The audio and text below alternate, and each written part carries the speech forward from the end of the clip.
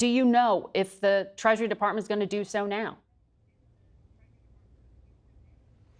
Well, Margaret, it's good to be with you. Yes, I certainly worked very hard with former Foreign Affairs Chairman Mike McCall and others to put that in our 2024 national security package during the Biden administration, because we wanted another arrow in the quiver for the president to not just seize those assets, but to convert them to the benefit of Ukraine.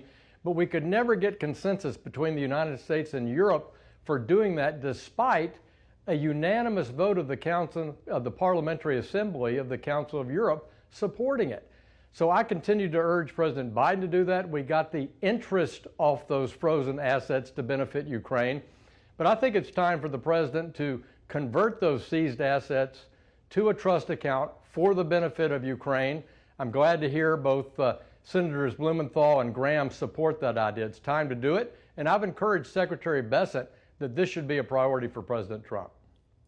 On another topic, because you have some oversight in the financial space, I want to ask you about comments made in regard to Fed Chair Jerome Powell.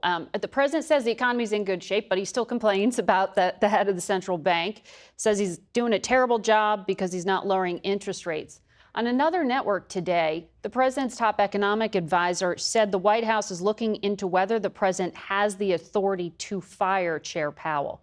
Do you believe the president has the power and authority to fire the Fed president? You know, Margaret, I don't, and I believe President Trump has spoken about this several times over the past few years, including recently. Mr. Powell's governorship, his chairmanship is up next spring. The president has vacancies coming up on the Fed board where he could name another governor. But look, just because Congress created the Fed and that we believe that it should be independent in the setting of monetary policy, it doesn't mean that it's immune from criticism. And every president since World War II has had choice words for the Fed chair when they've not been in sync with the direction of the president. So look, the Congress continues to do oversight. I set up a special task force to oversee the Fed's decision making since the 2008 financial crisis. We have that investigation, review, and oversight underway, and we'll continue it.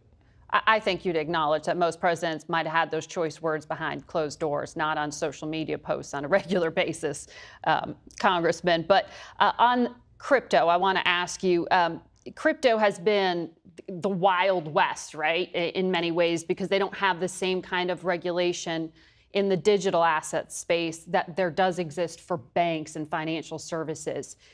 You've got a few measures coming up this week. How do you make sure, as you put these regulations in place that kind of help crypto become more mainstream, that it doesn't also benefit some of those on the black market, for example, who use this to evade oversight? Exactly. Well, in the work in the Senate led by Bill Hagerty and Tim Scott and Cynthia Lummis on the Genius Act to create a dollar-backed stablecoin, we've heavily influenced that legislation over the 2 years of previous work by the House. And our Clarity Act, which sets up the rules of the road for what's a commodity, what's a security, how to use digital assets, how to store them, how to custody them. These are the rules that will protect consumers, will limit access to our market and our investors from entities outside the United States trying to influence the crypto markets. We have none of that today. What we've had is a mismatch of rules by enforcement in the Biden administration.